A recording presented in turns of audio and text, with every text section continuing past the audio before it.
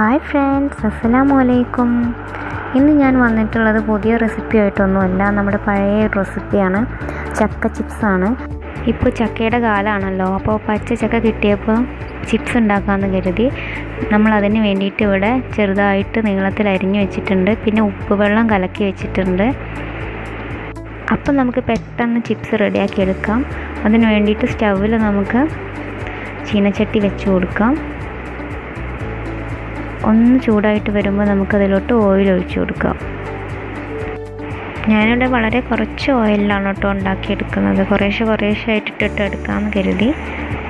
അപ്പം നമുക്കിതിലേക്ക് ചക്ക അരിഞ്ഞു വെച്ചത് ചേർത്ത് നന്നായിട്ട് ഇളക്കി കൊടുക്കാം. ചക്ക ഈ ഒരു പരുവത്തിലാവുന്ന സമയത്ത് നമുക്കതിലോട്ട് ആവശ്യത്തിന് മഞ്ഞൾപ്പൊടി ചേർത്ത് നന്നായിട്ട് മിക്സ് ചെയ്ത് കൊടുക്കണം.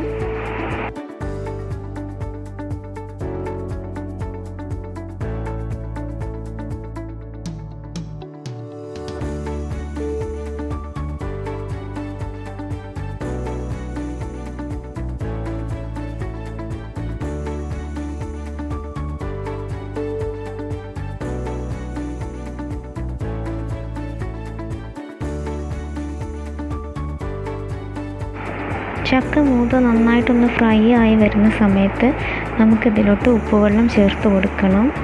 ഞാനിവിടെ 2 ടേബിൾ സ്പൂൺ ഉപ്പുവെള്ളമാണ് ഇതിലോട്ട് ചേർത്ത് കൊടുക്കുന്നത്. എന്നിട്ട് നമുക്ക് നന്നായിട്ട് ഇളക്കി കൊടുക്കണം. ആ ഉപ്പ് അതിലോട്ട് നന്നായിട്ട് യോജിക്കാൻ വേണ്ടിയിട്ടാണ്.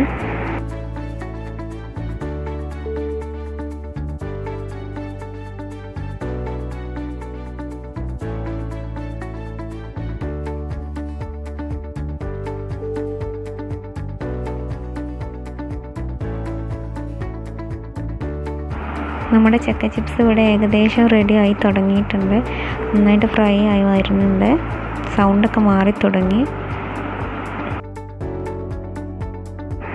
അപ്പോൾ നമ്മുടെ ചക്ക ചിപ്സ് ഇവിടെ റെഡി ആയി വന്നിട്ടുണ്ട്. നന്നായിട്ട് ഫ്രൈ ചെയ്തിട്ടുണ്ട്. ഇനി നമുക്കത് കോരി മാറ്റാം.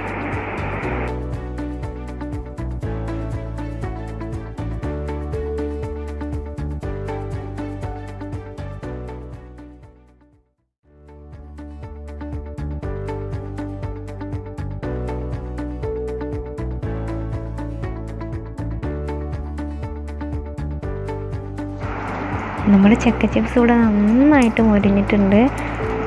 പൊട്ടിച്ച് നോക്കിയാലറിയാം നമുക്കതിൻ്റെ പാകം. അപ്പോൾ എല്ലാവരും ഉണ്ടാക്കി നോക്കണം. ചക്കക്കാലാണ്, ആരും മിസ് ചെയ്യരുത്.